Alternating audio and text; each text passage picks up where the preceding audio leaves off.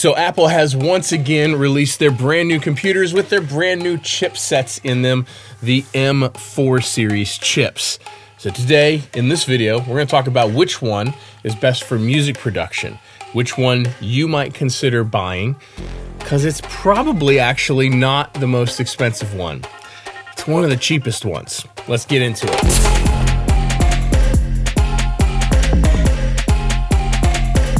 Hey everyone, I'm Cole Caparoon. Thank you for stopping by for another video. Now this video is based on my experience with Apple computers. In my main computer here in the studio is the Mac Studio that has the M1 Max chip in it. I have one of the original M1 MacBook Pros. In my Studio B is the laptop that runs the M2 Max chip in it. And so based on Apple's projections of how much faster and how much more powerful these computers are than the previous generation, I have a really good grasp on what I think is the most appropriate thing for most of us that are working in music. So today I want to give you my suggestions. So what I'd like to do is just go through the new models with you and give you my thoughts on them, of which ones I think are the best ones to get. Let's start with the desktops, because most of us that are in a studio, we work on a desktop situation, and then we'll get into the laptops. What's interesting is we now have a brand new Mac Mini available. And this is where I think most people, most of us that make music, are best off. So let's go to pre-order. Now this is absolutely mind-blowing to me that we can get performance like this at this cost. The new Mac Mini with the M4 chip in it. It's a 10-core CPU, 10-core GPU, comes with 16 gigabytes of memory, of RAM, and a 256 gigabyte hard drive.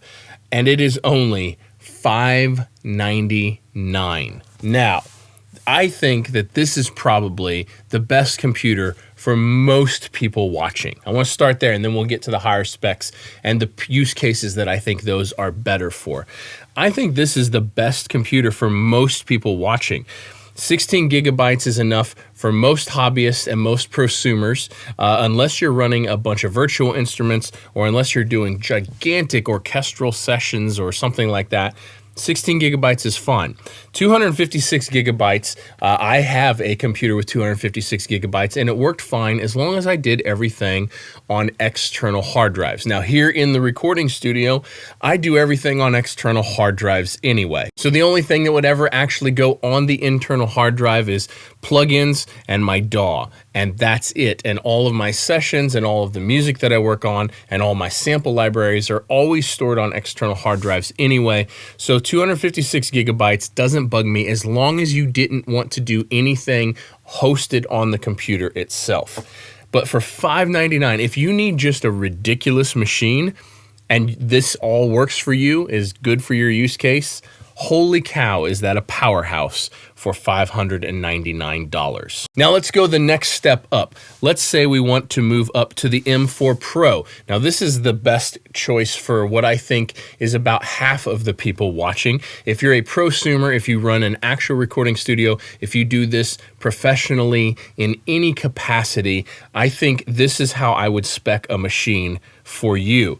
You go up to the M4 Pro, you get a 12-core CPU, a 16-core GPU, automatically comes with 24 gigabytes of RAM, and it has a 512 gigabyte hard drive. This is $1399, so big jump up for the more powerful chip, which is significantly more powerful, and you get more cores in your CPU and more cores in your GPU, more RAM and more storage right from the base price.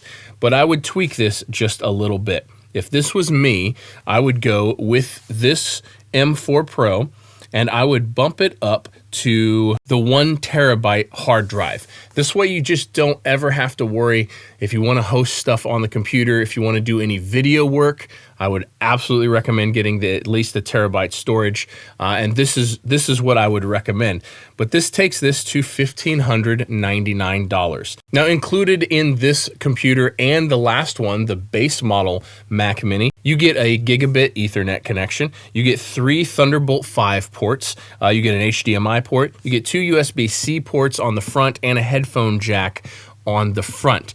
That's good enough for most people. You need to connect your interface, you need to connect a couple hard drives, and that's pretty much it for most people. So this Mac Mini with the M4 Pro, I think serves a huge market, an absolutely huge market of professionals and prosumers. This M4 Pro Mac Mini is probably as powerful or more powerful than my M2 Max that I have here in the studio. And if I was buying a computer today for this studio, this is the one that I personally would get. Now, something that I cannot wrap my head around, Apple still hasn't updated the Mac Studio. They gave us a new Mac Mini in a new smaller size. It's actually smaller than the old Mac Minis. And they gave us these new chips, the M4 and the M4 Pro, but they did not update the Mac Studio. It still only has the M2 Max or the M2 Ultra chips. Now, don't get me wrong.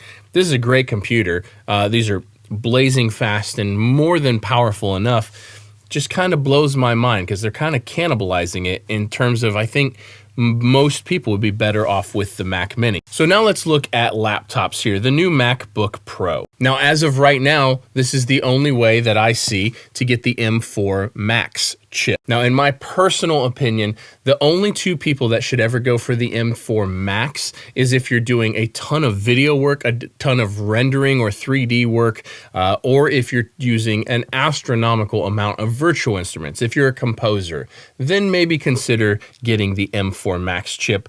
Otherwise, I think the M4 Pro is just enough for most people. But let's look at the base real quick. You get the 10-core CPU, the 10-core GPU, 16 gigabytes of RAM, and a 512 gigabyte of storage for $1599 for the 14-inch MacBook Pro. However, I personally would at least go for the M4 Pro in my personal situation, and again, just in the same as the Mac Mini. If you're a commercial studio, if you actually work with clients, if you're a prosumer, or maybe you do this for money, but it's not your full-time gig, I would at least go for the M4 Pro. And then you get the 12-core CPU, 16-core GPU, 24 gigabytes of RAM, and a 512 gigabyte storage. And I again would upgrade this to the 1 terabyte of internal storage, which takes us to $2199. Now, as far as connections go on this new laptop, you're looking at a 14-inch liquid Retina XDR display, which is beautiful. Comes with a 70-watt charger, which is, I think, a bump up from last year.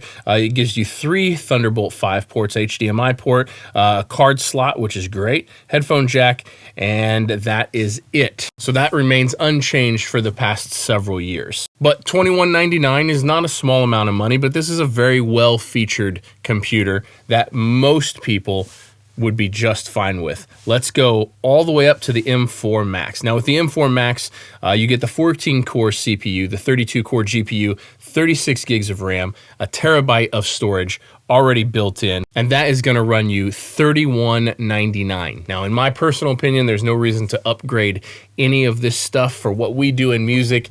I think this is just fine. Now, you can pre-order these from Apple as of right now. However, how I have bought my computers in the past is from Sweetwater. I like having the peace of mind of having someone I can call up and talk on the phone with, and you can order any of these computers once they're out from Sweetwater. So hit the links in the description below, and you can check out all the Mac offerings that they currently have. I believe these new models don't start shipping for a few weeks yet, but hit the links in the description below and go check out what Sweetwater has to offer. Thank you, Sweetwater, for sponsoring this video. Not only can you buy any computer that you need from there, you can also buy a whole host of any musical gear that you ever would need. And if you click on any one of my videos in the future and click on any one of the links in any of the descriptions of these videos, and once you're on the site, you can purchase anything you need. And when you do that, it goes a long ways to help support this channel, help me keep making videos just like this. Thank you, Sweetwater, for sponsoring this video. What a time to be alive, you guys, where we have, I mean, I'm not saying these computers are cheap because, you know, $1,500, $1,600 is still a lot of money for a lot of us. But to have the kind of performance that we have, like I'm from an era when you would just max out the computer on every mix you tried to do, no matter how simple it was, because there just wasn't enough CPU. And now we're at the point where we don't even need to buy the biggest and baddest computer to do incredible things. And that's still so awesome to me. Thank you guys for watching. Hope this was helpful to you. Don't forget to subscribe, drop me a comment, let me know what you think, and we'll see you in the next video. Peace.